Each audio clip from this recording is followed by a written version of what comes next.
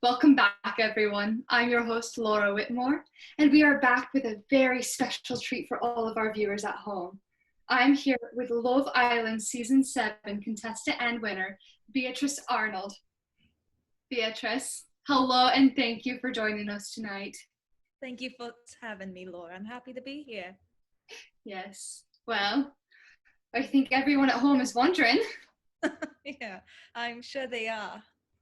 You took a lot of people by surprise last night. Did I? Did you? Yes. Well, I'm afraid you did. Many people, including myself, actually. I feel sure you took George by surprise. At the very least, to be sure, dear. For all of you at home who aren't aware, there's a Love Island tradition in which the winning couple is made to decide live in front of millions of fans whether they were really here for the money or for love.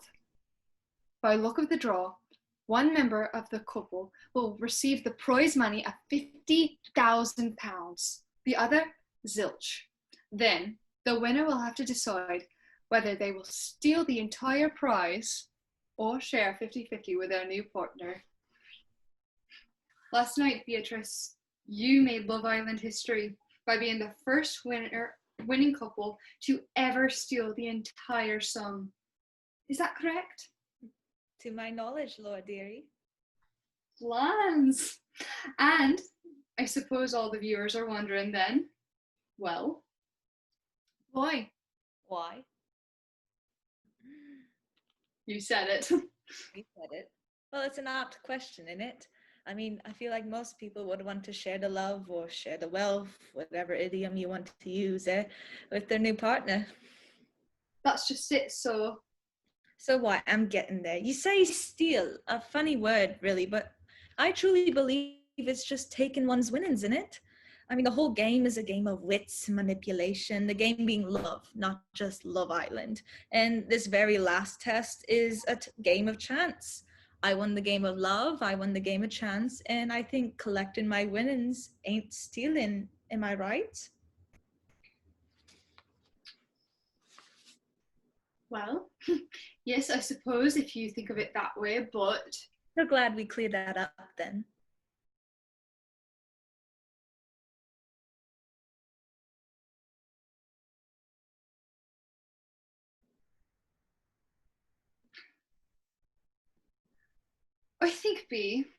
I think what everyone's so concerned with then, it seems like you've taken George's affection just for the money and kind of led him on, like.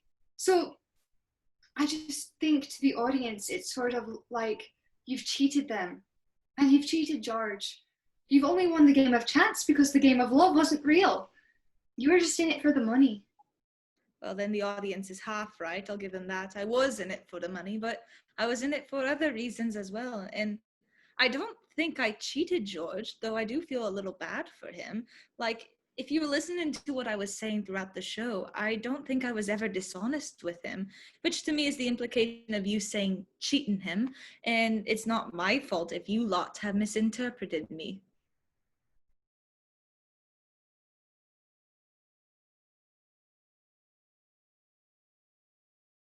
How so?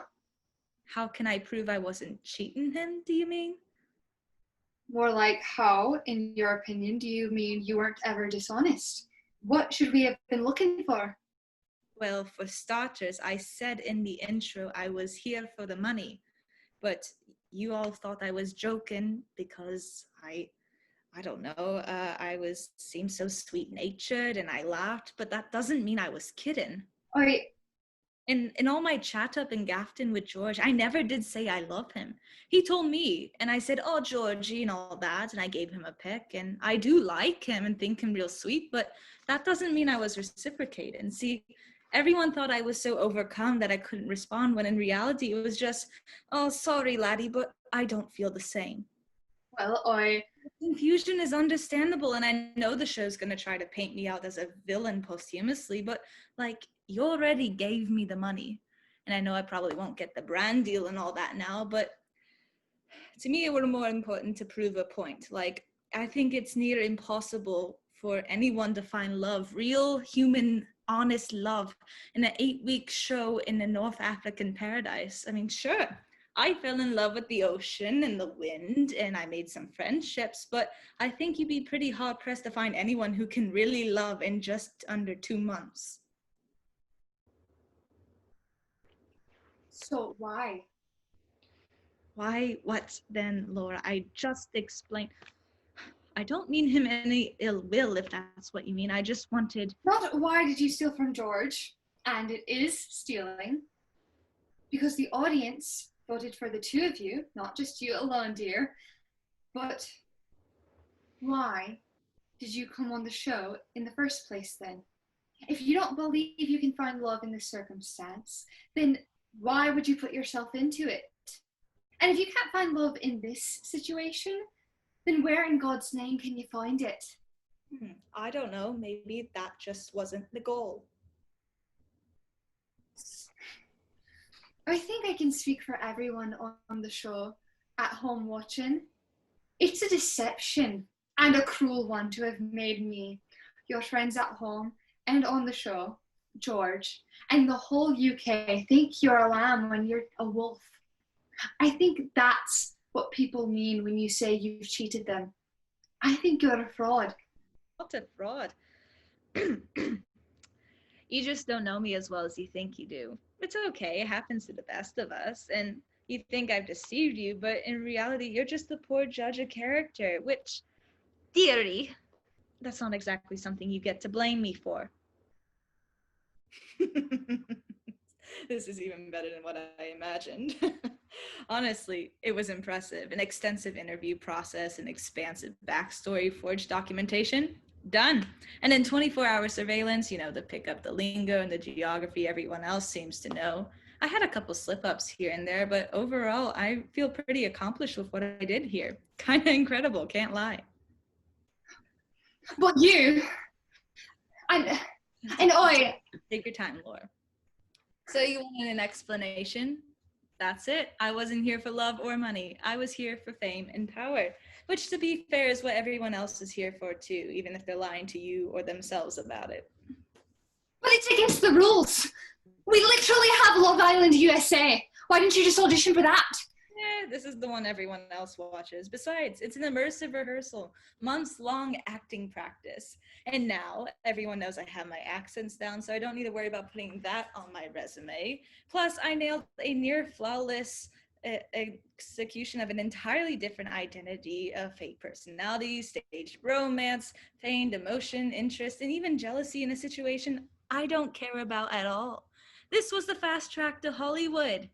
And that's why I don't need the brand deal. After this stunt, there's not a casting director in the world who wouldn't pick up the phone to call me. And that $50,000 will be just enough to cover my first months of rent. But love is sacred. Love is all humanity has. It's eternal web that binds people together and intertwines souls, and it is salvation. It's the reason people get out of bed and go to work and not want to die on the way there.